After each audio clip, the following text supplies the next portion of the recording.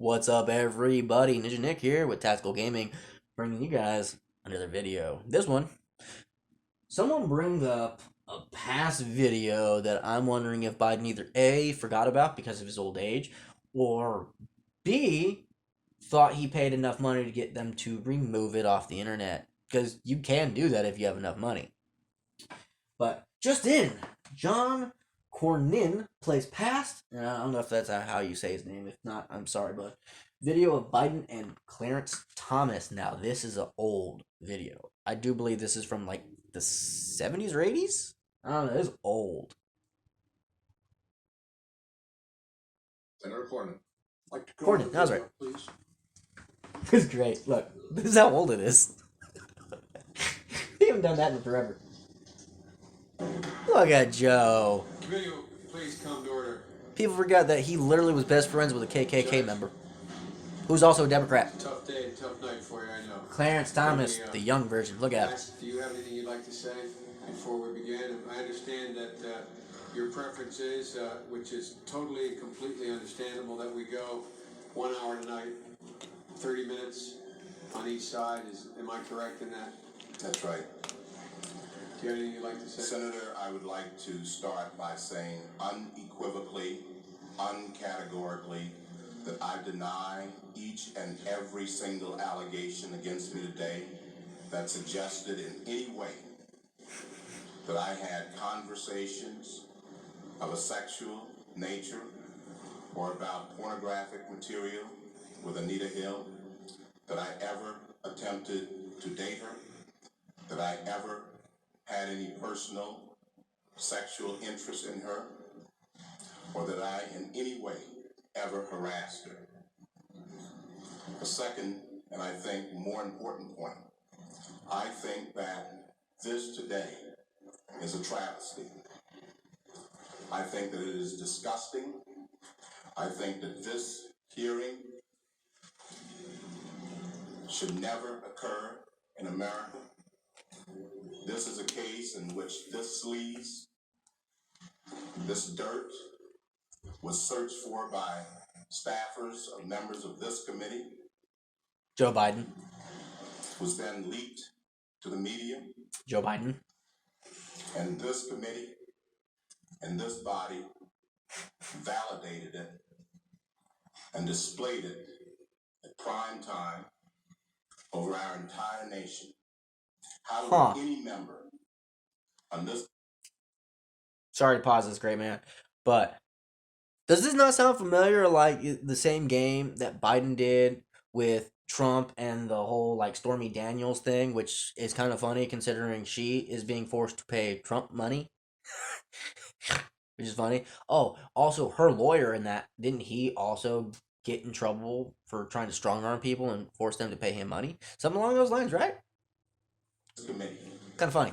Any person in this room or any person in this country would like sleaze said about him or her in this fashion, or this dirt dredged up in this gossip and these lies displayed in this manner. How would any person like it? The Supreme Court is not worth it. No job is worth it. I'm not here for that. I'm here for my name, my family, my life, and my integrity.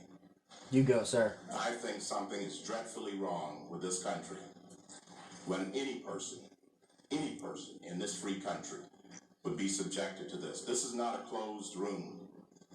There was an FBI investigation.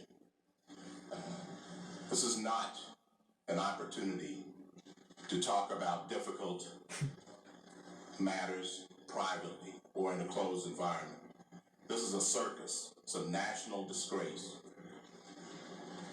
And from my standpoint, as a black American, as far as I'm concerned, it is a high-tech lynching. Yep.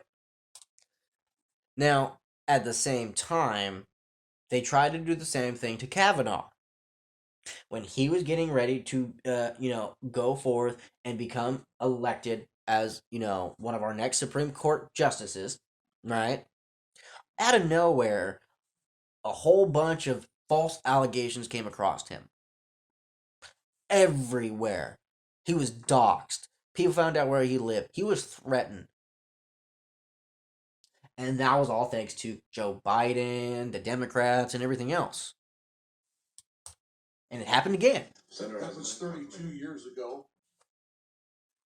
And I'm reminded 32 as I years. get I'm older, 33. Not everybody's had the same experience or memories that I have. That was one of the searing memories that I've had about Supreme Court confirmation hearings.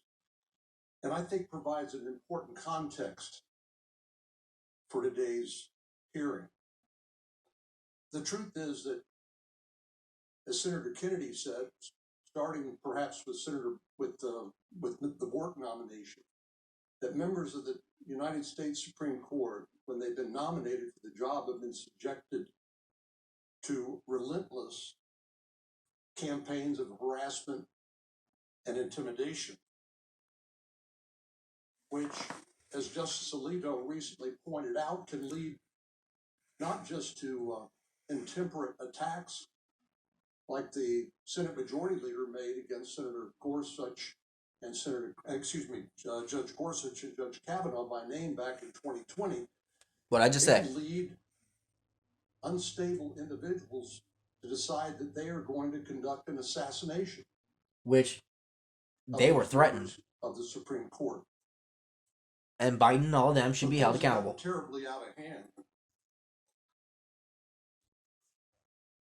Judge Mukasey, you and Mr. Dupree both talked about the separation of powers. I looked back at the rules of the United States Senate, our ethics rules by which we are governed, and they are rules that are set by the Senate itself. How do you think the Senate would react if the United States Supreme Court said, we don't like the ethics code of senators or members of the House of Representatives? Would the same principle of separation of powers and co-equal branches of government apply in that circumstance? Yes, of course it would, Senator. This body sets the rules for its conduct, and the same way that the court sets the rules for its conduct, and the executive, in the person of the president and the vice president, set the rules for theirs. That's not to say that laws of general application don't apply. Of course they apply. But when you're talking about the particular rules relating to a particular branch of government, those are set by that branch of government. Mr. Dupree? I agree with Judge Mukasey, and I would add, Senator, in response to your question about the importance of the separation of powers, I think it's important to underscore that the separation of powers is not some sort of academic concept that was invented by law professors. This is a concept that is structurally baked into our Constitution, and the framers viewed as absolutely crucial to preserving not just the independence of each branch and ensuring that the judiciary could act independently, but also to preserve freedom and individual liberty. And so the things we're discussing today obviously have practical consequence in terms of granular information about data and disclosure and the like. But at the end of the day, what's really on the table is a concept that is absolutely fundamental to our constitutional structure and must be preserved.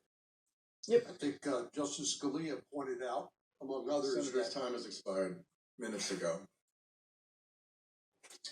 Senator Lee. His time expired minutes ago, but they didn't say anything. That's kind of funny, right? For a change. You don't. Well, that's it for this video. Kind of funny on how hypocritical it is that they'll go, oh, hey, no, and then sit there and try to demand another group change rules or how they regulate how they do their own body of justice, such as, president, vice president, House, Senate, all that, right? Well, we have it set up that way. Not one has more power over the other. That's how it's set. And it's set for that reason, so that we don't have one power who's more powerful than the other. That includes the president of the United States. People really need to relearn this stuff. I remember having econ and American history and all this. I wonder if they legit got completely and totally rid of it. But the corruption of this government, the corruption of this country is getting worse. We need to get rid of a lot of these people who think they can do and say whatever they want without repercussion. So, like, share, subscribe, spread the word. Like share the shit out of all this stuff. This is getting crazy. Like every day. So hopefully y'all enjoyed it. Later.